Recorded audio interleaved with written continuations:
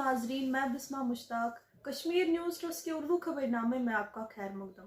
सबसे पहले आज की सुर्खियों पर एक नजर। सर्दी के कहर से बकरवाल कुंबे के 2 बच्चों की मौत का जिम्मेवार इंतजामिया को लापरवाही की वजह से ठहराया गया। रियासी के आम लोगों का बयान, अगर 7 दिनों के अंदर अंदर सबूत पेश न किए गए तो मैं अपनी जिंदगी का खात्मा कर दूंगा। लावईपुरा इनकाउंटर में मारे गए एक नौजवान के वालिद का बयान। राशन में कटौती और आधार कार्ड न रखने वालों को राशन न फरहम करने पर CAPD मुलाजिमीन का जबरदस्त एहतजाज। शिद्दत की सर्दी से पानी की पाइपें फट गई और टैंकियां टूट गई। 23 जनवरी से वादी में बर्फबारी का एक और मरहले की पेशन गोई की गई। लेते हैं छोटा सा ब्रेक के बाद फिर हाजिर होंगे। जम्मू कश्मीर इंडस्ट्रीज लिमिटेड की खुसूसी पेशकश।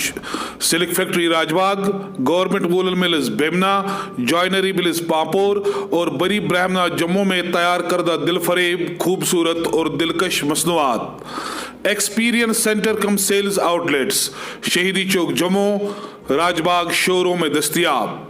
सार्फिन अपनी मनपसंद ऐशा की खरीदारी मुनासिब कीमतों पर कर सकते हैं। हर रंग व हर डिजाइन में दस्तियाब, ज़ेबाइश व आराइश से भरपूर।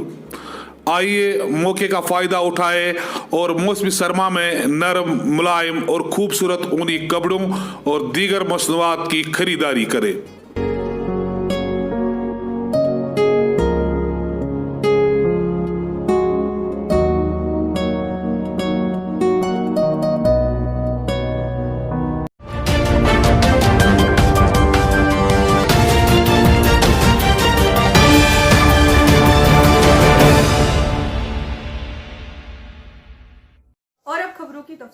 लावईपुरा में जान बाख हुए 3 नौजवान अस्करी कार्रवाइयों में मुलविस थे। आइंदा 10 रोज में सबूत देकर वालिदैन को कायल करेंगे। कल IG कश्मीर ने इन बातों का इजहार एक प्रेस कॉन्फ्रेंस के दौरान किया, जिसके जवाब में जान बाख हुए एक नौजवान अथर के वालिद ने IG के बयान को मुस्तरद किया। मैं IG साहब से गुजारिश करता हूँ कि कल उन्होंने मीडिया से कुछ जवाब दिए थे कि हम इस नतीजे पे पहुँचे हैं कि 60% हमने मतलब ये कार्रवाई की है, अभी 10% बाकी है, इसमें 10 दिन और लगेंगे।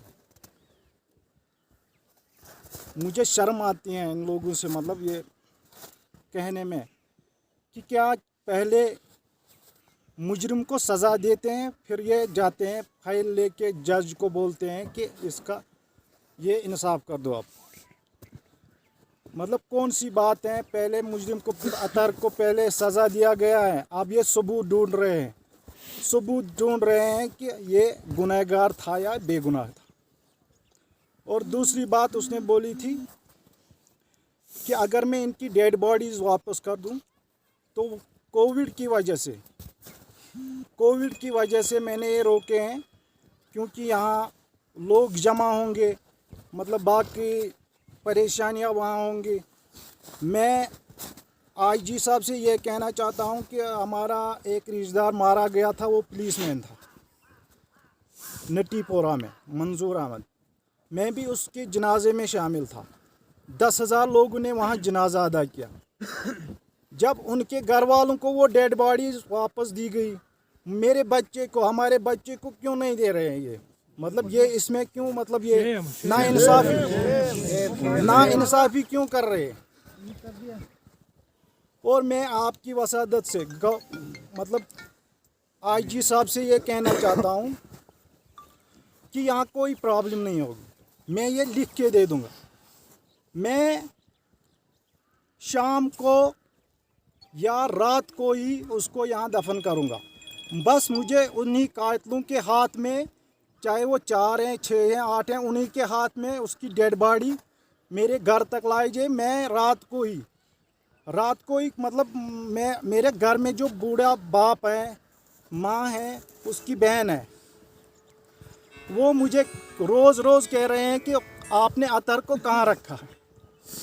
उन्होंने उसका चेहरा भी नहीं देखा।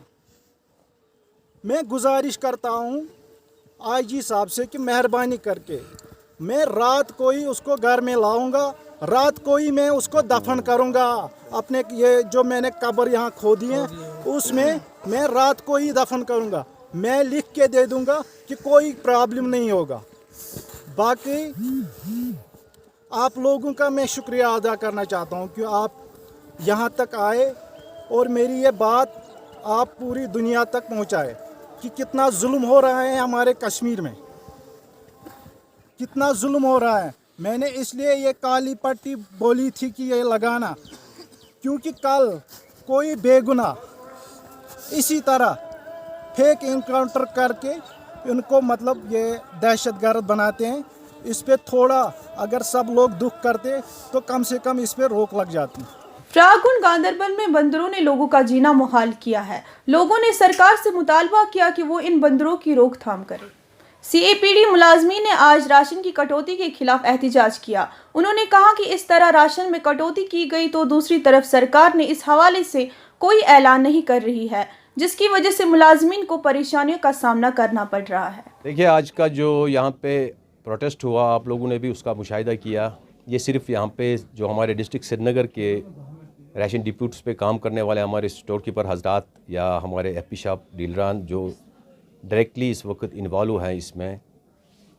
एक तरफ तो सरकार ऐलान करती है कि राशन में कोई कटौती नहीं हुई है, तो दूसरी जानिब जब हम देखते हैं ऑन ग्राउंड जो राशन इस वक्त डिस्पैच हुआ है हमारे सेल आउटलेट्स पे, उसमें तकरीबन 15 से 20% तक कटौती हुई है हर राशन डिपो पे दिसंबर के मुकाबले में जनवरी में जो राशन आया है।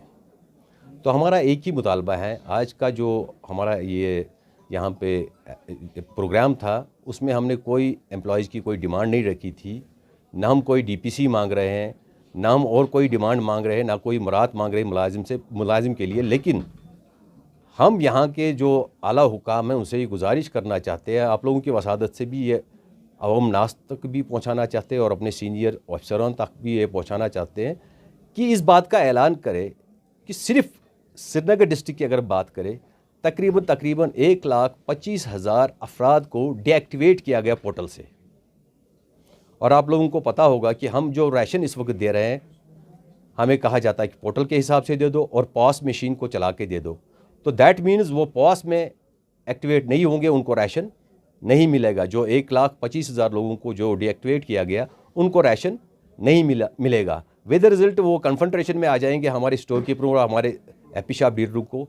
तो हमारा यही एक मुद्दा जो है कि हमारी जो डिमांड है कि सरकार की तरफ से चाहे डायरेक्टर साहब या सेक्रेटरी साहब जो भी सीनियर ऑफिसर हमारे हैं वो ऐलान करें कि हमने जी इतने अफराद का राशन काटा है और हमें ये बताए कि हमें किस स्केल के हिसाब से देना है। अगर उनको भी राशन देना है जो डीएक्टिवेट हुए हैं तो फिर ये 3.5 किलो के हिसाब से राशन बनता है। अगर 5 किलो देना है तो हमें वो भी बताए ताकि उन लोगों को उस पोर्टल से जिनको बाहर निकाला गया है उनके लिए ये ऐलान करे कि उनको राशन नहीं देना है। तो कि अगर किसी के पास आधार नहीं है उसका राशन बंद मत करो। लेकिन हमें समझ में नहीं आता कि क्यों डीएक्टिवेट किया गया 1,25,000 लोगों को श्रीनगर डिस्ट्रिक्ट से, या इसी तरह बाकी डिस्ट्रिक्ट से भी ऐसे रिपोर्ट्स आ रही है। ये पूरे कश्मीर डिवीज़न में हुआ है। तो मैं श्रीनगर डिस्ट्रिक्ट की अभी बात कर रहा हूँ क्योंकि यहाँ पे ज़्यादा हुआ है, डीएक्टिवेशन यहाँ पे ज़्यादा हुई है क्योंकि यहाँ पे आधार सीडिंग जो है बहुत कम है as compare to other districts. यहाँ पे तकरीबन 70% के तकरीबन अराउंड यहाँ पे आधार सीडिंग हुई है। बाकी डिस्ट्रिक्ट्स में नियर अबाउट 90% आधार सीडिंग हुई है। तो ये कुल मिला के जो है बहुत ही परेशानी का बायस बने हैं हमारे फील्ड स्टाफ के लिए। तो हम चाहते हैं कि इसका ऐलान बाज़ाब्ता सरकार की तरफ से हो। पीपल्स कॉन्फ्रेंस चेयरमैन सजाद गनी लोन ने आज पीएजीडी से किनारा कशी इख्तियार की। मुसलसल रात के मनफी दर्जे हरारत से बेशतर इलाकों में पानी की पाइपें फट गई है, नल जम चुके हैं और सड़कों पर अभी भी फिसलन बदस्तूर कायम है। जिलेडर के बेशतर हिस्से मुंजमद है। 23 जनवरी के बाद वादी में बर्फबारी की एक और पेशन गोई की गई है। जी, जैसे आप लोगों को मालूम है फिलहाल 22 तारीख दोपहर तक जो है कोई वेदर सिस्टम नहीं है, वेदर बिल्कुल ड्राई है और ऐसे में बिल्कुल ठंड पूरा बरकरार है जम्मू कश्मीर में भी और खत्ते लद्दाख में भी।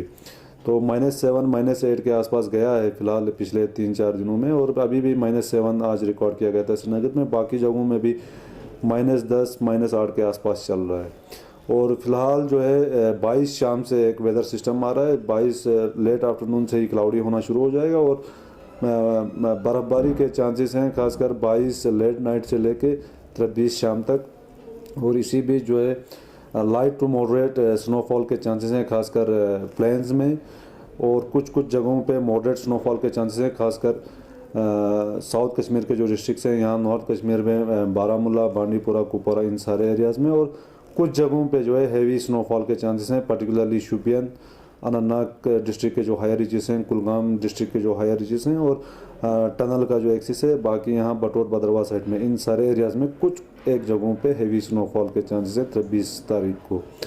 बाकी एज ऑफ नाउ 23 शाम से धीरे धीरे सिस्टम वीक होगा और 24 दोपहर से जो है इम्प्रूवमेंट होगा। उसके बाद वेदर जो है 28 तारीख तक ड्राई रहेगा, 28 जनवरी तक।